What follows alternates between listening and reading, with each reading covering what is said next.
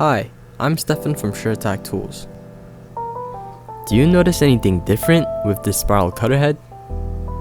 If you said that this cutterhead had a V shape or a V-spiral, you have the right idea.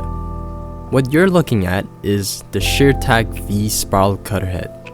Unlike regular spiral or helical cutterheads, where the rows wrap around the cylindrical body, this one features rows that are V-shaped.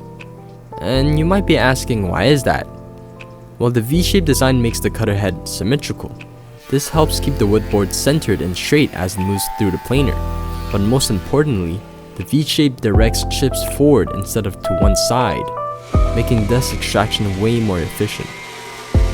Despite this unique design, the carbide inserts are still installed at an angle, preserving the superior shear cutting feature and leaves wood boards as smooth as butter.